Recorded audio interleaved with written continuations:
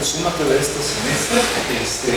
En esta ocasión tenemos el gusto de que Viviana haya aceptado dar una plática. De hecho, ella aceptó dar plática el año pasado, pero luego el sismo, la tierra no quiso que se llevara a cabo. Eso era lo que estaba pensando. ¿Hay algo en contra de esta plática? Sí, y ahora le agradecemos doblemente porque aún en el estado precario en el que se encuentra, ha decidido venir y no dejarnos plantados, lo cual se agradece enormemente.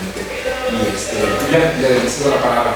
Gracias. Hola, pues bueno, me da gusto que hayan venido. La verdad es que desde que me invitó Roberto y más después del sismo, le dije, no, yo creo que cancelamos la plática porque pues vamos a terminar ahí los dos solos dentro del auditorio, ¿no? Entonces, honestamente no creí que viniera mucha gente o que viniera gente, pero les agradezco mucho que estén aquí. Efectivamente, me estoy reincorporando de 3 semanas de estar fuera por incapacidad. O sea, estaba entre que me moría, pero dije no tengo que ir a la que no puedo morir. Ya hoy en la tarde puedo descansar tranquila, ¿no? Bueno, entonces,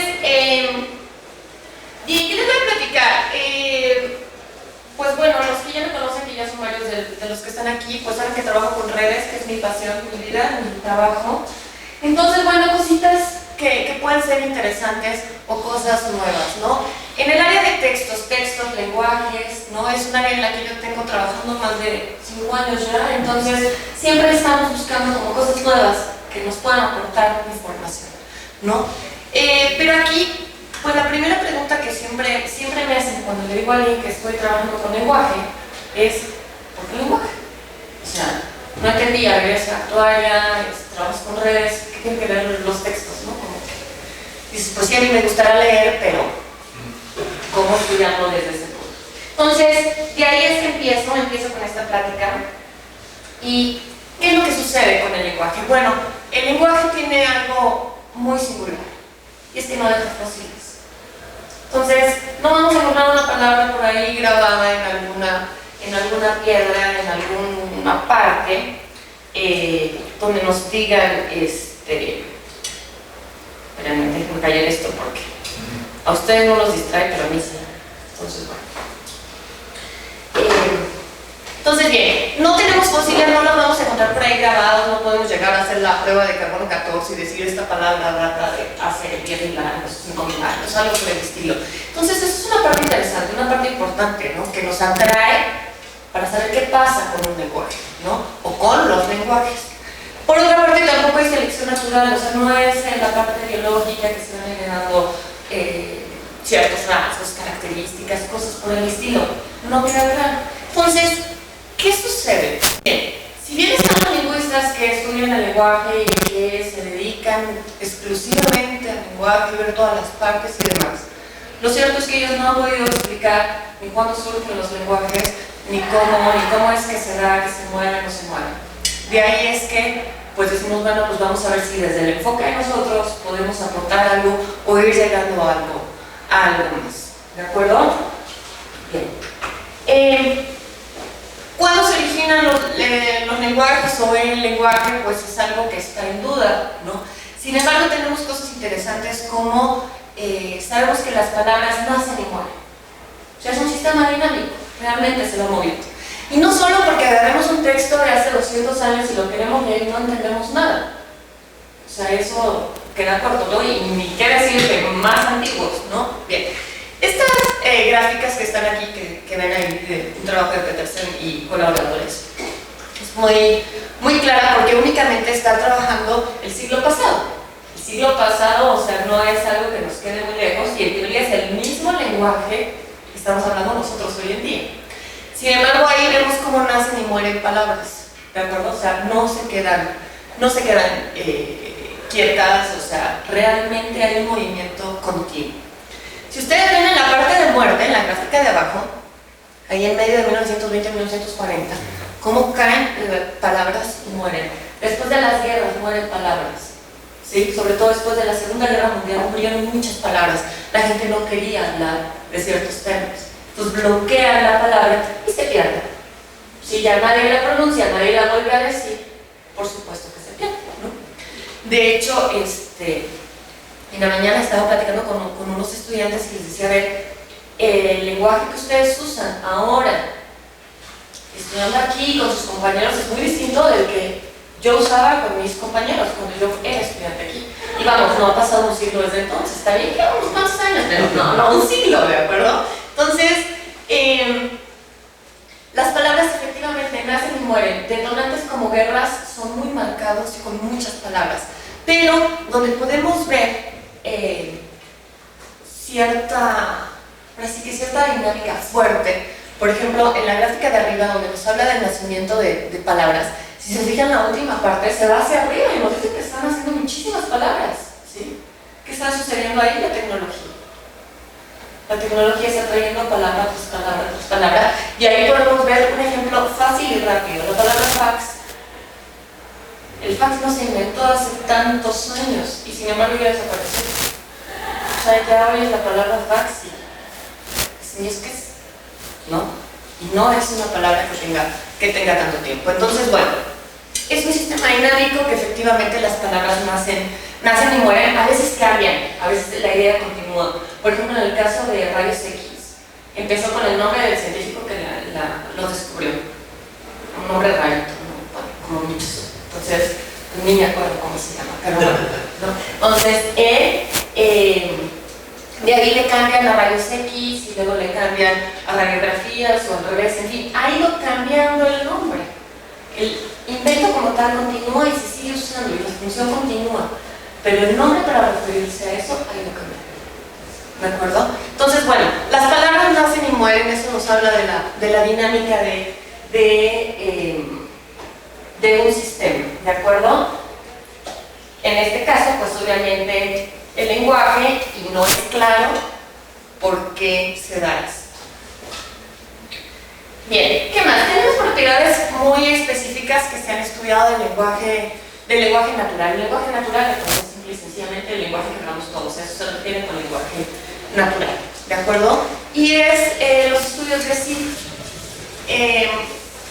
Él estudió sobre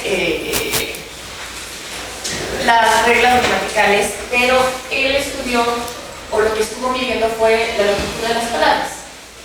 Entonces lo que dice es que las palabras más largas se repiten menos que las palabras más cortas. Entonces, ya obviamente estudiando un texto. Sin embargo, aquí hay una cosa importante que hay que aclarar.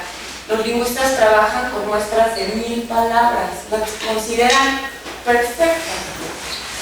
Nosotros, en un trabajo reciente, analizamos 30 libros con más de 60.000 palabras y fuimos criticados por usar una base de datos tan pequeña, ¿no? Pero los lingüistas trabajan con 1000 palabras es un texto de menos de una cuartilla, ¿no? Claro, tiene lógica. El análisis que ellos hacen es tan detallado que no podría ser una muestra más grande, ¿de acuerdo? Entonces, bueno, lo que dice, las palabras entre más largas se presentan menos. O sea, tenemos palabras pequeñas. Y eso lo vemos rápido, simplemente empiecen a contar todos los artículos, las preposiciones, son palabras chiquitas. Y las necesitamos para estar uniendo de un lado a otro. Entonces, efectivamente, las palabras largas. Que ahí también hay otro estudio, se me fue ahorita el nombre de los autores, que ellos lo que dicen es que las palabras más largas tienen más significado que las palabras más cortas. Claro, estamos hablando en general, pero bueno. La ley de Sid es fundamental en el estudio y bueno, eso es lo que nos dice, entre más larga sea la palabra, menos frecuencia tiene. Por el otro lado, la ley de Heath lo que establece son las palabras distintas o palabras nuevas que se van presentando, ¿de acuerdo? También dice, bueno, pues cada vez voy teniendo menos palabras nuevas en un texto, dependiendo del largo que tenga. Estos estudios son fundamentales, o sea, si a ustedes les interesa estudiar lenguaje, pues tienen que partir de aquí para de ahí irse moviendo, ¿no? Claro que se van a encontrar también con el estudio que ellos hacen, que también especifican lingüistas, que es con la parte o con una unidad de medida. Dicen, ok, no solamente la palabra, sino hay que considerar que si el fonema, el gramema y todo ese tipo de cosas. Ajá. Nosotros trabajamos con palabras completas, o habíamos trabajado con palabras completas. Bien, en general, muchos sistemas los podemos modelar como una una red pues no es otra cosa más que un conjunto de nodos unidos por una relación, ¿de acuerdo? En este caso, nuestros nodos van a representar palabras y la relación, pues hay distintas formas de tenerlas. Una de ellas pues obviamente va a ser patrones, que esa les voy a platicar casi al final, ¿de acuerdo? Mientras vamos a ver qué más encontramos sobre la parte de redes. La distribución de grado nos habla sobre la conectividad que yo tengo dentro de una red. En este caso, cuando hablamos de la legacy, estamos teniendo una gráfica similar a la que tengo del lado derecho, ¿de acuerdo? Tengo palabras largas que se presentan menos que palabras cortas. Las palabras cortas se presentan mucho, ¿sí? Entonces, bien, eso es lo que yo espero cuando trabajo con lenguaje, siempre encontrar una frecuencia de ese estilo. Y en el caso de la red, bueno, voy a saber cómo se presenta, qué tipo de topología, qué tipo de estructura tiene.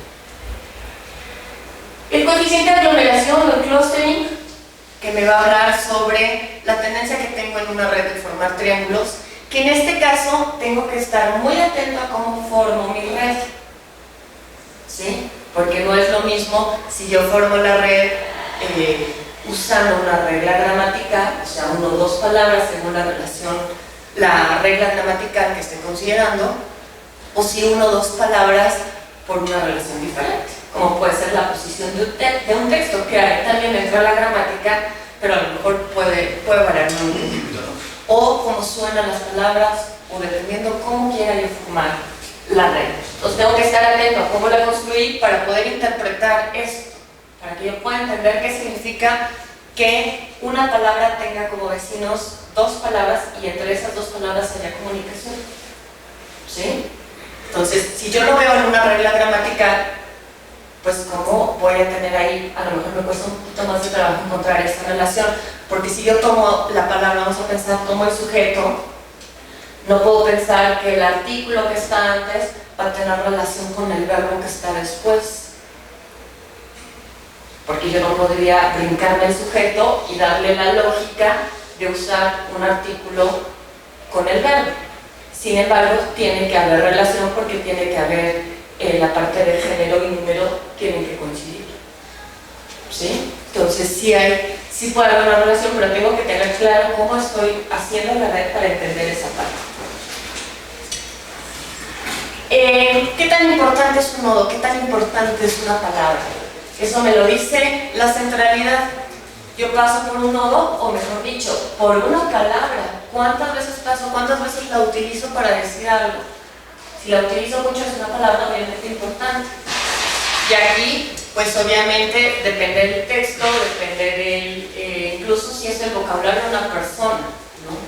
Para que pueda identificar palabras más o menos importantes, ¿sí? La distancia medio, o sea, esto no es otra cosa más que moverme de un nodo a otro. En el caso del lenguaje, ¿qué tan fácil me muevo? Me habla de la comunicación. ¿Qué tan fácil puedo yo hablar de una expresión o puedo tener una idea, en fin, que pueda yo decir sin complicaciones? O sea, ¿qué tan rápido podría yo formar una frase entre distintas palabras? Bien, en el caso de las redes, aquí hay una parte importante. Cuando hablo de redes complejas, puedo hablar de dos modelos fundamentales. Por un lado, las redes de mundo pequeño, ¿sí? Estas tienen propiedades globales y locales. ¿Cuáles son las redes de mundo pequeño? En la parte de arriba, de este lado, ¿no? Que ahí ven tres intentos de círculos, ¿no? Bueno, el primero como que sí es más claro, los otros dos ya. Son dos tipos de redes diferentes los que tengo yo en los extremos. En el lado izquierdo, aquí tengo ahí, dice regular, es una red regular. ¿Cuándo tengo una red regular? Cuando cada uno de mis nodos tiene exactamente la misma cantidad de vecinos, ¿de acuerdo? Entonces, bien, tengo ahí una red regular. Así acomodadita en el circulito, aparte está muy clara de ver, ¿no? Si se fijan, exactamente cada uno de mis nodos, cada uno de mis puntos está unido al vecino inmediato y al siguiente. Ahí se ve perfecto el dibujito, ¿no? En esta misma parte Si se fijan abajo hay una P, que es la probabilidad de conexión, ¿sí? En la parte derecha, ahí tengo una red aleatoria. Ahí cada quien se lleva con quien quiere, ¿de acuerdo? No hay problema. Pero más o menos todos tienen la misma cantidad de amigos. O sea, no es un nodo que tenga más que otro, sino más o menos todos tienen la misma cantidad de enlaces. La interpolación entre esas dos es una red de mundo pequeño. ¿Sí? ¿Dónde las encontramos? En el mundo social. Esta es la idea principal que puedo encontrar en una red de mundo pequeño. ¿A qué me refiero con eso? En el caso de las redes regulares, tengo una característica o una cualidad importante que se llama clustering. El clustering no es otra cosa, si se acuerdan del inicio, que la formación de triángulos. ¿Sí? Cómo se llevan con los vecinos. En el caso de las redes regulares, este valor es un valor, el clustering es un valor que va de 0 a 1, es un valor alto, o sea, tengo una gran tendencia de formar triángulos. Por el otro lado, en las redes aleatorias, las que están del lado derecho, lo que yo tengo ahí, no tengo triángulos, pero gracias a que están los enlaces, si se fijan, atravesando el anillo de un lado a otro, eso me permite una distancia media pequeña. O sea, rápidamente me muevo de un punto a otro punto, ¿de acuerdo? La interpolación toma esas dos cualidades. Eso significa que tengo un valor alto de clustering, ¿sí? Una gran tendencia a formar triángulos, pero también tengo una distancia media pequeña. Y entonces, ¿qué pasa en una red social? Que fácilmente, si yo tengo dos amigos, mis amigos se van a conocer. Ajá.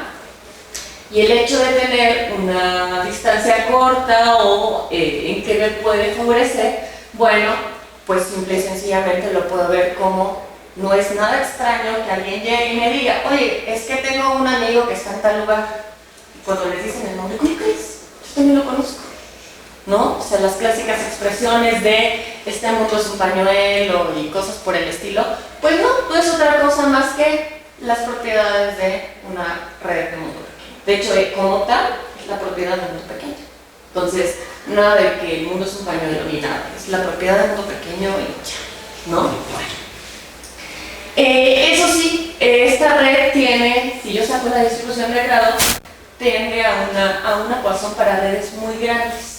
¿De acuerdo? Porque todos los nodos van a tener más o menos el mismo grado.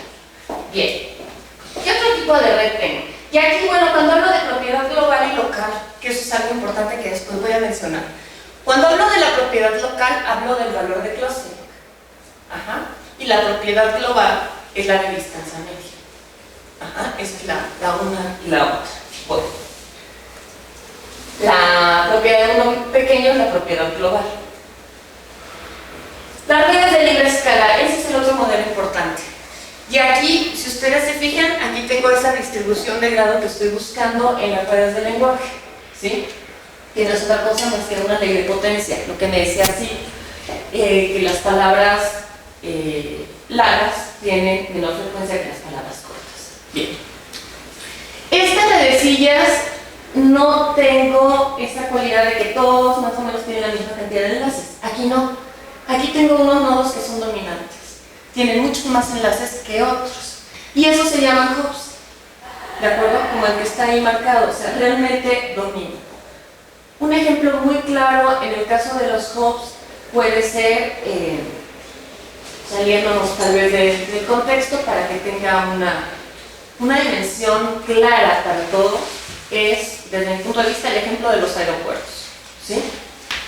Si yo hablo de aeropuertos, pues obviamente no puedo comparar la cantidad de vuelos que va a tener el aeropuerto de Nueva York, que el aeropuerto de Guatemala, ¿no? Por ejemplo.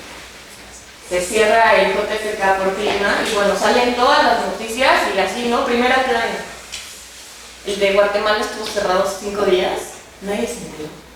Yo me enteré porque vi una nota así chiquita en un periódico y decía, el aeropuerto de Guatemala, que por no sé qué problema, así habían afectado como 2 personas y un medio vuelo, ¿no? Así, bueno.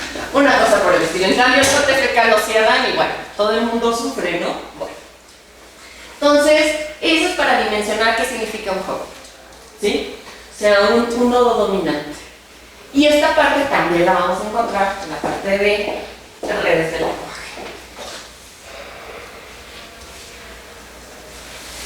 Bien, en general las redes de lenguaje están muy bien comunicadas. ¿Eso qué significa? Todo lo que les acabo de contar está aquí lo podemos ver fácilmente. Van a decir, sí, ¿cómo no, verdad? Bueno, sí, por aquí anda, ¿no? Bien. Si se fijan en las imágenes de arriba, en realidad la que está del lado izquierdo hasta está marcado el cuadrito, ¿no? Porque es que van a hacer la aproximación. De ahí van a sacar el pedacito para que esté más claro para todos. Pero así como está puesto ahí arriba, lo que me está diciendo o me está hablando son de redes de nivel escala, que es precisamente esa parte que tengo yo de los nodos dominantes, ¿sí? Que es esa línea, esa pendiente negativa que tengo en la distribución de grado, ¿no? Tengo nodos dominantes. Y después voy teniendo acercamientos donde incluso puedo ir viendo palabras. Este estudio que hizo Soleil y colaboradores fue muy interesante porque lo que ellos toman fue el vocabulario que utilizan niños pequeños con sus mamás, ¿sí? Por supuesto que en un niño pequeño hay palabras que son fundamentales. Un niño pequeño, la palabra mamá y la palabra leche, bueno, son como la base de todos los días y de todo el día, además, ¿no? ¿Qué significan esas dos palabras? Esas palabras son los hubs que yo estaba buscando, ¿sí? Claro, no tienen esa fuerza tan marcada como en un aeropuerto, la diferencia de miles de vuelos del aeropuerto de Nueva York con el aeropuerto de Guatemala, pero sí tienen un valor importante dentro del vocabulario, ¿sí? O sea, para un niño pequeño, esas dos palabras pues las va a estar repitiendo todo el día. En cambio, no sé, por ejemplo, la palabra escuela, pues a lo mejor de repente, ¿no? Llega a aparecer, porque a lo mejor tiene un hermanito más grande y pues el hermanito va a la escuela, entonces puede hacer, ¿sí?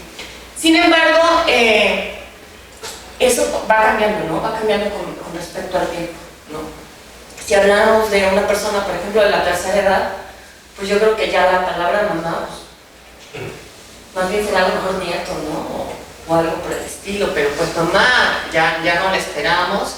Leche, pues a lo mejor puede decir, sí, no la puedo tomar, entonces mejor ni la menciono, en fin. Las palabras van cambiando, pero siempre tenemos palabritas importantes en el vocabulario de la persona, ¿no? Los estudiantes, pues posiblemente, no sé, fiesta, parranda o algo por el estilo, es una palabra importante, ¿no? Que está ahí bien marcada. Luego está más fuerte que tarea o estudiar, cosas así, ¿no? Pero bueno, no importa. Ok, bueno. Entonces, efectivamente, tenemos esas palabras dominantes, vamos a encontrar esa parte de la distribución de grado.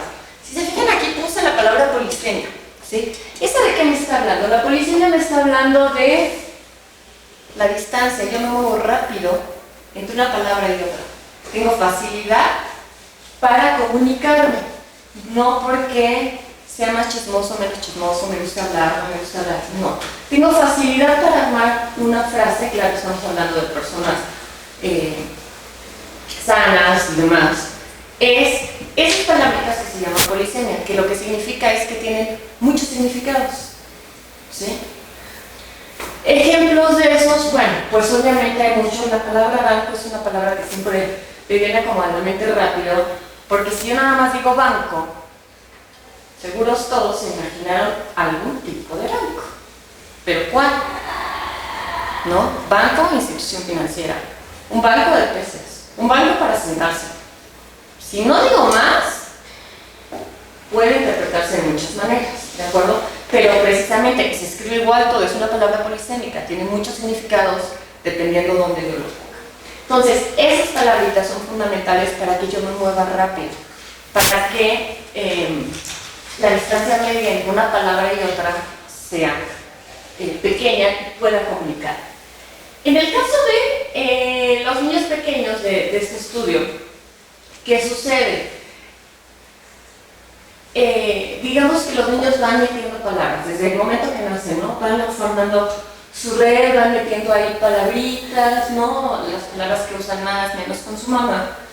Pero llega un momento en que se establece la forma de esa red. Y eso es cuando cumplen 2 años. Es muy curioso porque a partir de ahí es que la red, aunque todavía le falta aprender cualquier cantidad de palabras, ya tienen la estructura, la tipología que va a tener toda su vida. Salvo que tenga alguna enfermedad. Si la persona llega a tener, no sé, demencia senil o alguna cosa por el estilo, empieza a tener problemas de comunicación. ¿Por qué? Porque empieza a olvidar palabras. Y al olvidar palabras, la comunicación o la distancia media de un nodo a otro se hace más larga y entonces tiene problemas para comunicarse. Y eso es lo que sucede. ¿De acuerdo? Entonces, bien, les digo, este estudio es bastante interesante, pero bueno, ahí vemos claramente la forma de una red de lenguaje. ¿De acuerdo? Sí. Formas para hacer una red de lenguaje, pues hay muchas, porque como yo les decía, el estudio de los lenguajes, pues lo que estamos buscando es aportar algo, ¿no? Encontrar algo más, porque los lingüistas pues no nos han dado como suficiente, entonces necesitamos nosotros tener o aportar o buscar aportar algo más. Esta red que ven ahí, que en realidad nada más se ven como las palabras, casi no se ven los enlaces, el fondo es un poquito fuerte, pero pues aunque trate de bajarlo como que no se veía muy bien. No es otra cosa más que una red hecha con ay, se me fue.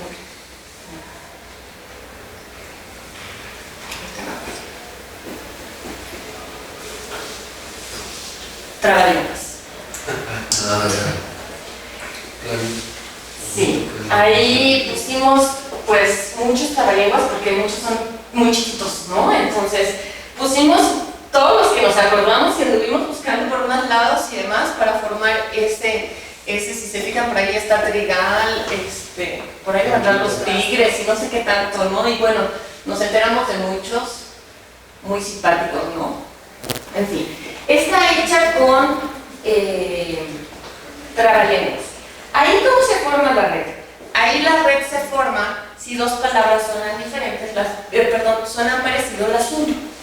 ¿De acuerdo?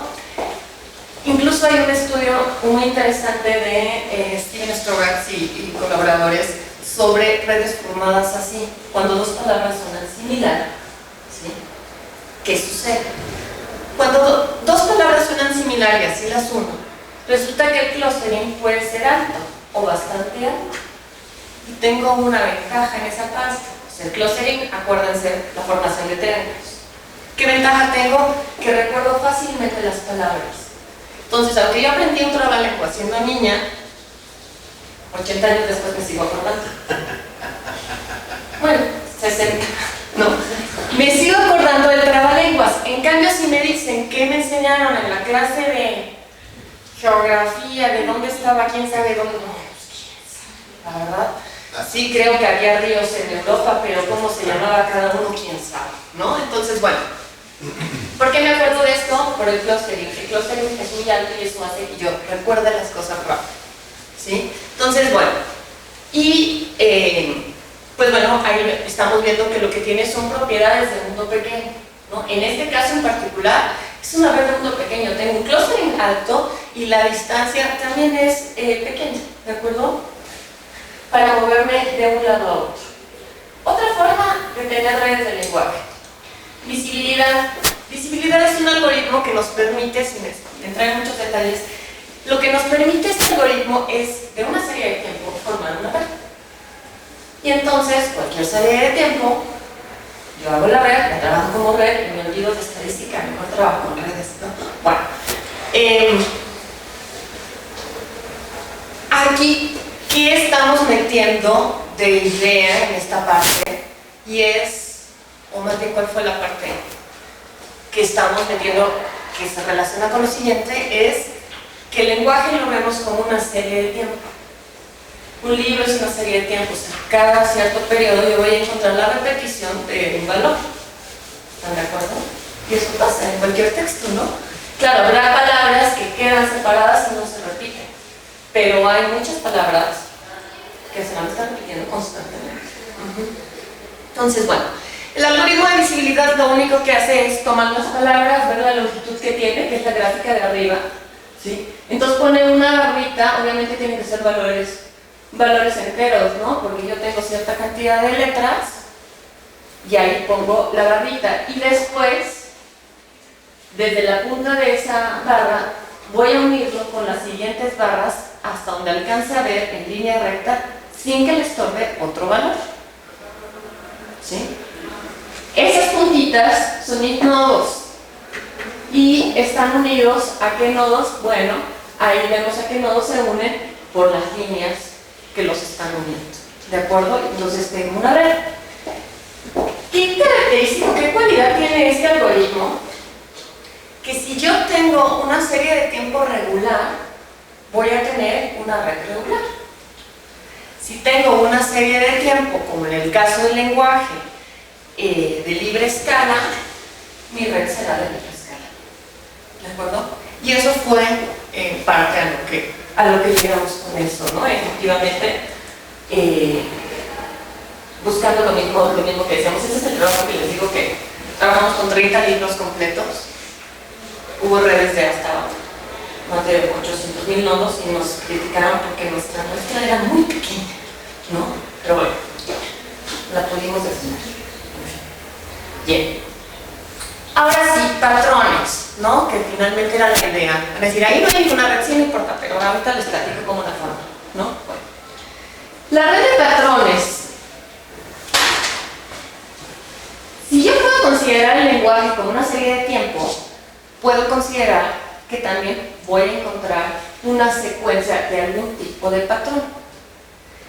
En este caso, algo que se llama, si se fijan hasta arriba dice n-gram, ¿sí? Donde n es la longitud, ¿sí? Y el gram es obviamente el patrón que yo estoy tomando.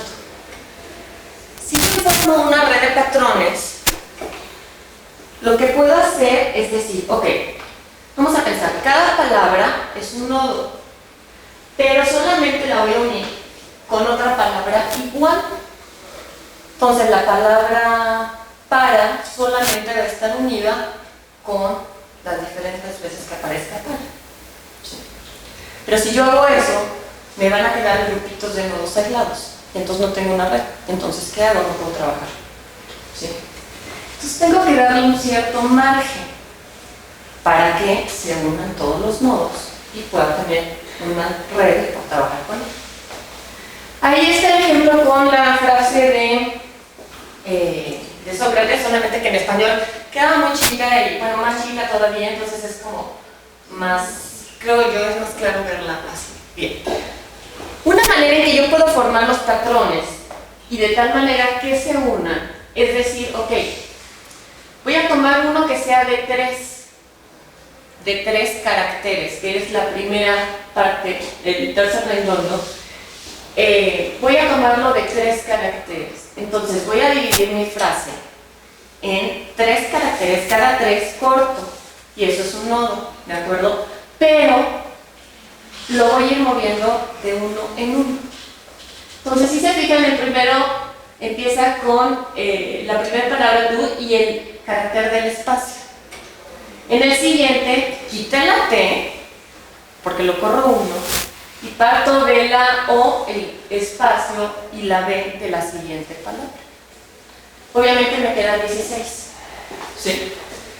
Eso yo lo puedo hacer partiendo desde uno y decir, voy a contar cada carácter, ¿de acuerdo? Pero como que uno, como que, ¿qué hago con eso? Con 2, con 3, y más en inglés, es fácil ver que ya empiezo a tener palabras completas, ¿no?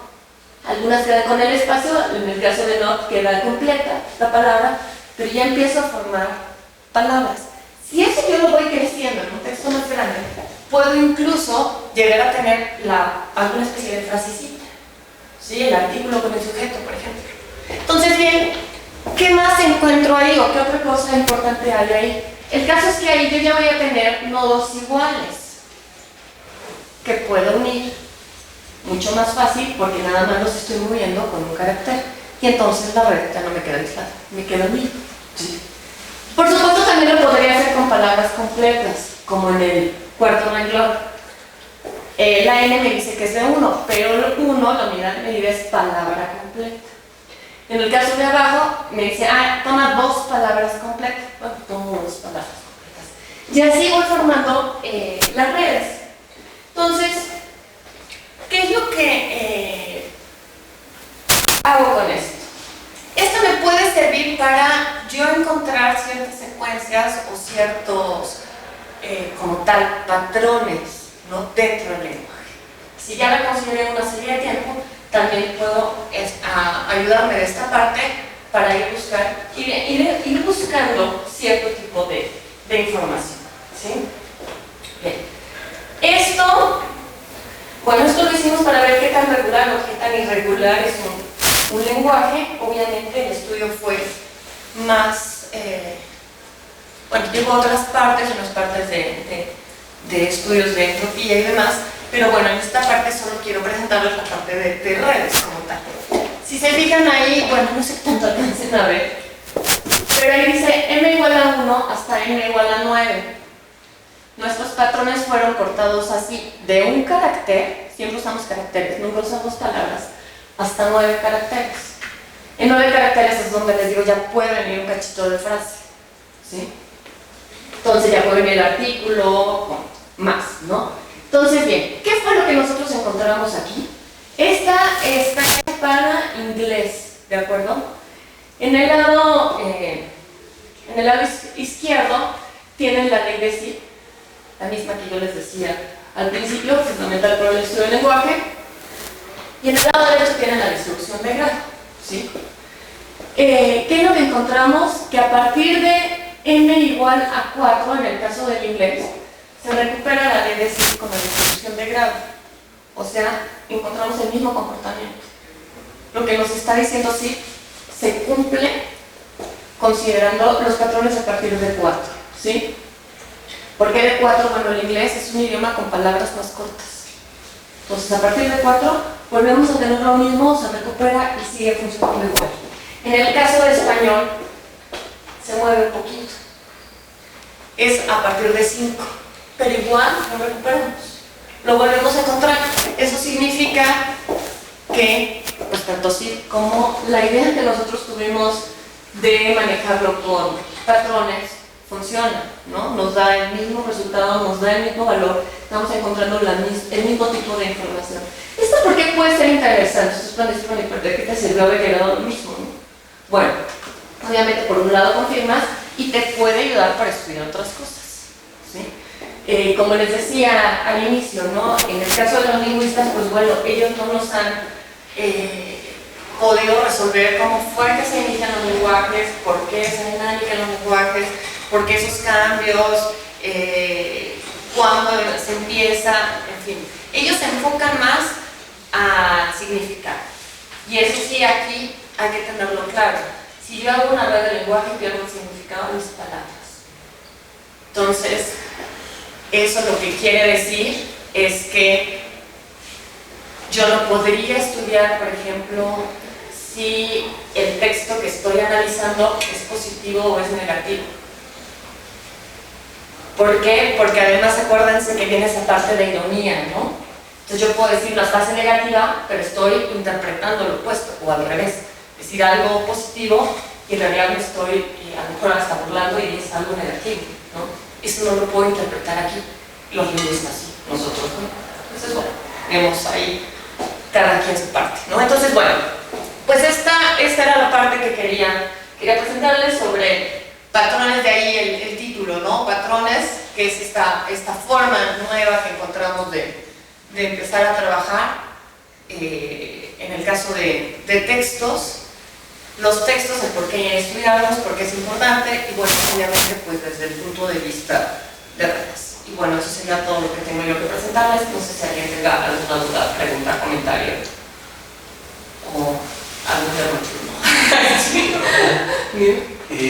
La red de los trabalenguas, dices que conectaron los dos utilizando el hecho de si se parecían o no, pues sí son Sí. similares. Sí. ¿Eso lo hicieron a mano o tenían un programita Sí, me imagino que porque de hecho hicieron una base hicieron algo llamado islas, que son como palabras similares en idiomas de distintos tipos, ¿no? O sea, lo hicieron en inglés, en español, no me acuerdo en qué más, pero hicieron como sus islas, donde ahí les quedaron todos unidos, ¿sí?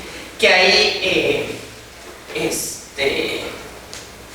ahí es donde dicen, ¿no? Es decir, el clustering es alto y eso te permite recordar. Que por el otro lado, lo que tú también puedes entender es, si tú estás dando un discurso, si tú pudieras medirle el clustering a tu discurso, o sea, armas tu red igual por sonidos similares, le mides el clustering y si el clustering te sale bajo, entonces cuando estés diciendo algo, no te vas a acordar, pero no es que tengas mala memoria, sino es que tiene bajo clustering tu red. ¿Sí? Pero si lo hacen con islas. De hecho, las ponen incluso al final del paper, ponen todos los bloques de islas. ¿Pero no sabes cómo hicieron esas islas? No me acuerdo qué tanto detalle viene, pero creo que no es tan claro. Lo que sí me llamó la atención es que había cosas que eran más claras en inglés que en español. Y yo así como que no dicen, si el texto en inglés siempre es más corto, ¿no? Pero sí, no recuerdo. Te podría decir, te puedo pasar hasta el artículo, volverlo a revisar, pero no me acuerdo ahorita el momento. No. ¿Alguien más? ¿Alguna pregunta, duda, comentario? Bueno, sí, entonces Okay. le agradecemos a Juliana, ¿verdad?